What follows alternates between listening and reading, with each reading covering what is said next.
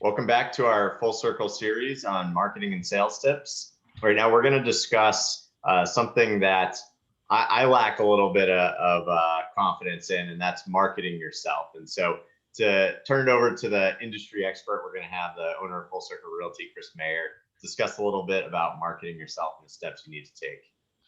Yeah, thanks, Tom. So the first question I always get from realtors right when they're starting is, how do I market myself? How do I get business? How do I grow my business, right? And when you're a realtor, you'll get a whole bunch of sales calls from people. I've seen people just start, go on Instagram stories, do all sorts of different things. Day one, I recommend just be yourself. Do what you feel confident in. We talked about confidence before. You can't go do something that you're not confident in right off the bat, because people will see that, right? What are you good at, right? And then you want to get set up. You want to get set up with all your profiles, all your pages, all your bios. So when people search for you, they can find you, and you have a bio set up of who you are.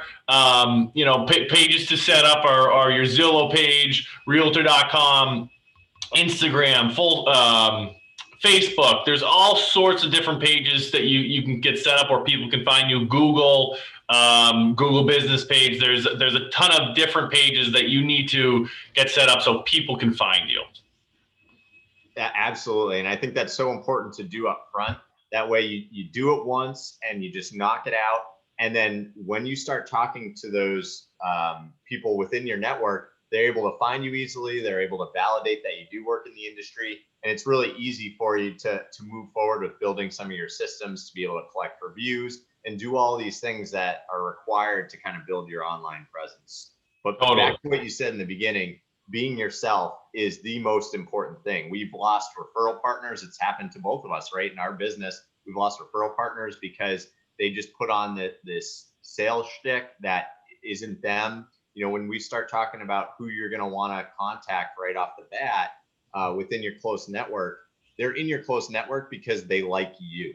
They don't like the person that you become when you become a salesman or a saleswoman. They like you for who you are, and that's how you should present yourself in any of these situations. Absolutely. So do you want to start talking about that, Chris, a little bit? What are the next steps to take once you build those online profiles? Yeah, sure. So once you get set up, when I was starting out, and working for different brokerages, they always told us, hey, you need to start getting clients, right? And so many agents that are starting out get clients, and then like, what do I do now? I don't know. I don't understand the process. I don't know what to do with the clients. So the next step, once you're set up, is to get educated in the process. Fully understand how deals work, how to make an offer, how to make a competitive offer, what to do in certain situations, right? You need to have some sort of background before you just jump into getting clients and helping clients. Because if you don't understand the process, you're not going to be confident, and you're going to trip over your own feet. Couldn't agree more. And this is a mistake that I made when I, got going. And one of the first sales I did in 2012, I got into the transaction. We got under contract, and I felt good about that. And then the other agent started asking me about other documentation that needed to be completed. A seller's statement of the home condition, lead paint disclosures. And I was just sitting there listening to her like, what are these? I don't know what to do. I don't know. I need to sign these and all these steps that I needed to educate myself on. I should have done that way before I started interacting with clients. And so you're totally right, Chris. The thing that you really need to do is have a basic understanding at the very least of what it is you're going to need to do when you start interacting with clients. Again, that goes back to being confident with your interactions with your clients, because you're going to know what you're going to be doing.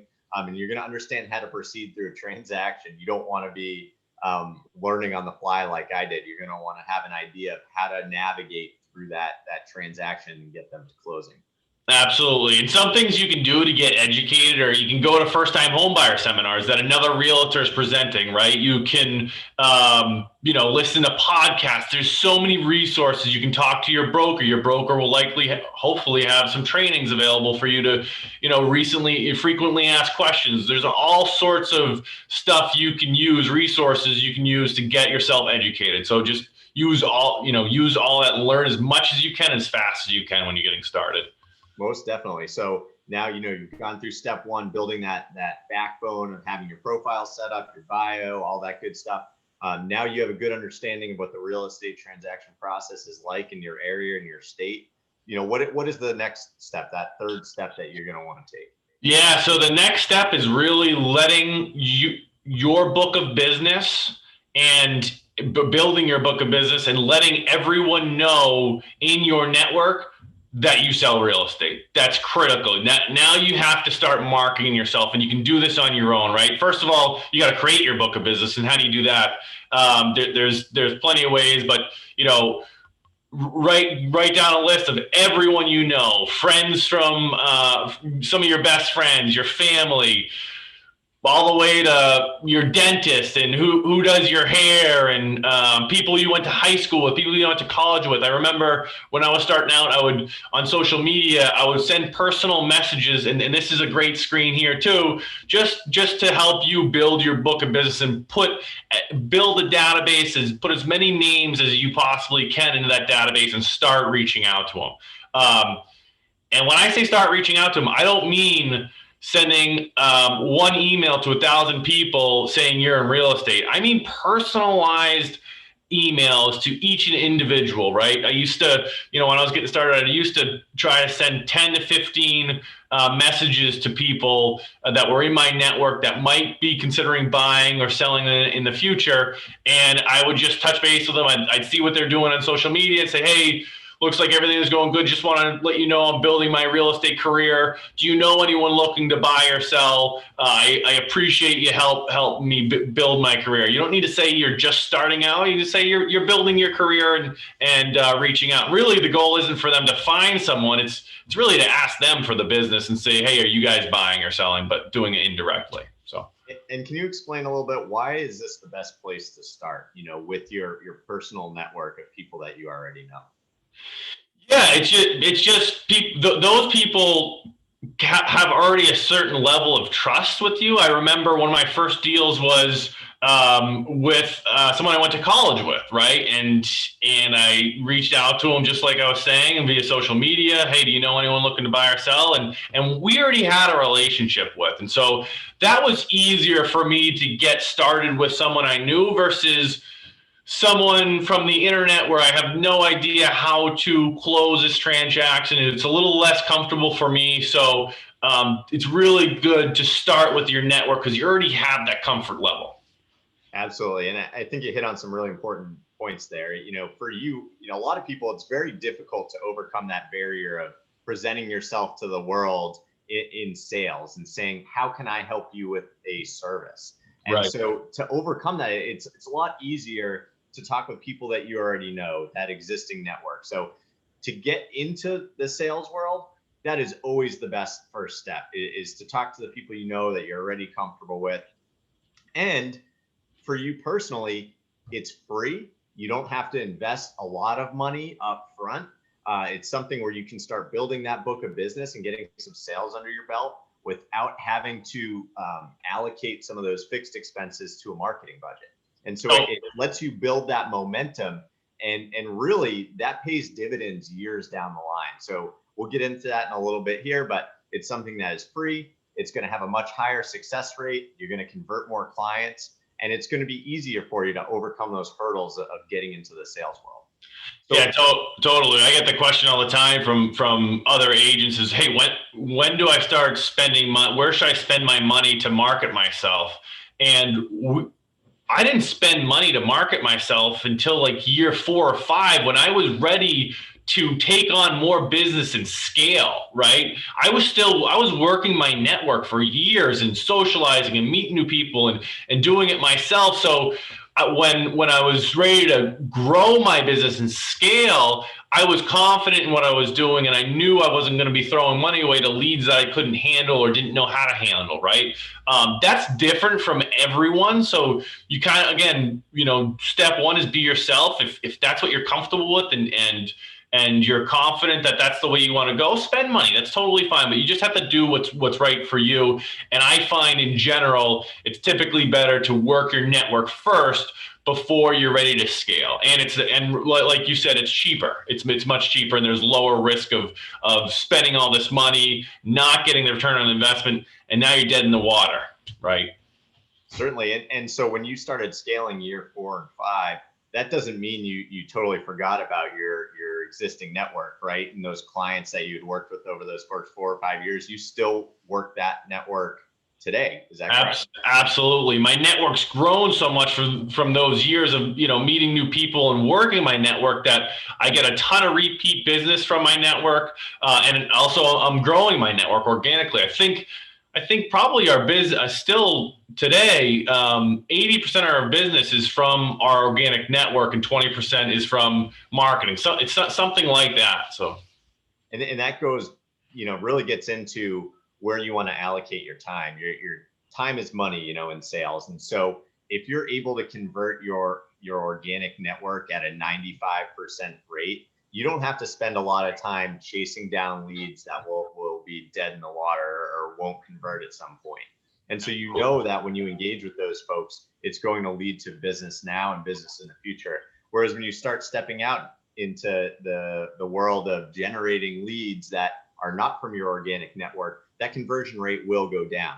And that's okay. That's just part of the process. However, you do need to understand where you want to allocate your time, and that if you want to spend it, going the route of spending money on marketing and working leads that are not organic, you're going to have to allocate a reasonable amount of time to doing that. And you're not always going to convert it at a high rate like you do with your organic leads. And so it just depends on how you want to allocate your week and the time within that week. Definitely. So any closing thoughts on marketing in general? And yeah. I think one other item is, after you build your big business, another huge part of marketing and networking yourself is creating referral partners. Okay, so you're going to work with lenders, attorneys, inspectors, movers. You're going to work with all these people, right? And they also generate business on their own. So if you team up and you're given like the lender will have the most amount of raw business. If you're giving this lender a whole bunch of leads and he's also generating first-time home buyer or listing leads, typically home buyer leads he'll generate. Hopefully at some point, when you've really nourished this relationship and given that lender some business, hopefully you'll get some business back. And that's going to help you and your partners grow together. We have, over the past 5 years, it's taken a long time to generate our network, but we have a really strong network, and I provide my network business, and they provide me business, and it works out really well. And one last thing I'll say about that, I see a lot of people trying to build their referral network with a cup of coffee and expect business after that. It does not work like that. You can't just have a cup of coffee and hope to get business after that. It takes a long time to nurse these relationships. Absolutely. And so I think one of the numbers in the industry is it generally takes like 4 to 7 years to start converting repeat business, right? So Yep. It's not something where overnight you're just going to get business from that individual or from that network partner. It's going to be years and years and years of acting in a professional manner, helping them out if they ever were seeking advice. And then down the line, you talked about it year 4 or 5 when you started scaling. That's also when you started bringing in repeat business from those past clients, from those referral partners. Yeah, and that was able to help you scale into other marketing aspects. For sure. And so in our next session, we'll wrap up here, but we're going to talk about client management. And that's going to get a little more into how to actually work that network, how to manage the network, and how to ensure that you're keeping track of the past clients you've worked with and the current clients or leads that you're working with now. Yeah, looking forward to it. All right. Thanks, Chris. Bye.